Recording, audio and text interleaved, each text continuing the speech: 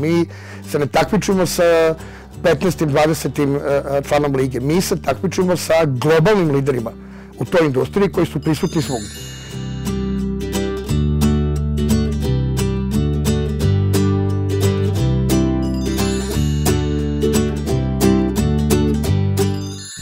Mi smo dosta veliki biznis, prihodom od blizu 700 miliona evra na godišnjem nivou i sa gotovo 5.500 zaposlenih.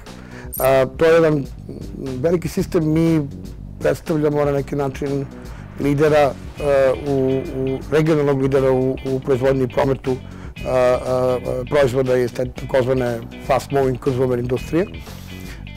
I imamo kapacitete bilo proizvodne ili bilo distributivno locirane manje više u svim zemljama regiona. I činjenica da imamo kapacitet da funkcionišemo na celom regionu nas čini jačim u nastupu na trećim tržištima.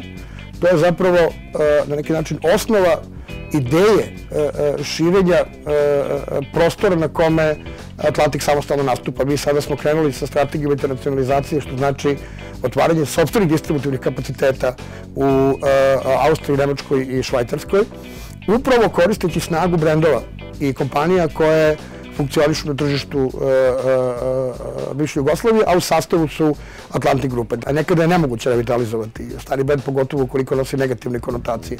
A nekada je jeftinije napraviti novi brend nego revitalizovati stari. Ali generalno, izgradnja brenda zahteva jako dug period i traži puno sredstava. I zbog toga se na prostorima bivše Jugoslavije uglavnom promeću brendovi koji su iz perioda 70. i 80. godina.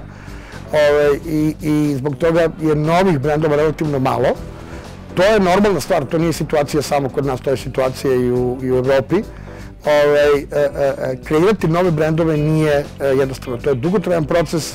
Vi morate naviknuti potrošače da im se određeni ukus, miris, ne znam, boja, izgled, naziv dopadaju, da oni to prihvate kao svoje i da to postane tradicionalno.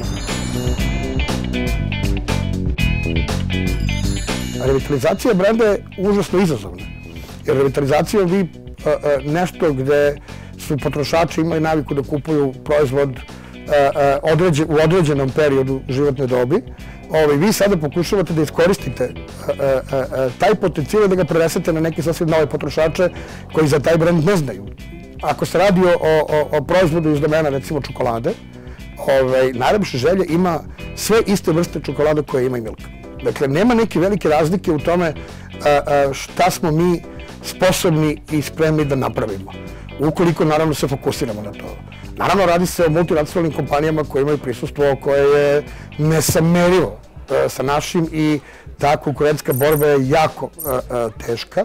Za nas je izazovna jer ona nas dovodi u situaciju da se odmeravamo sa najboljima. Mi se ne takmičimo sa 15. 20. članom lige. Mi se takmičimo sa globalnim liderima u toj industriji koji su prisutni svugdje.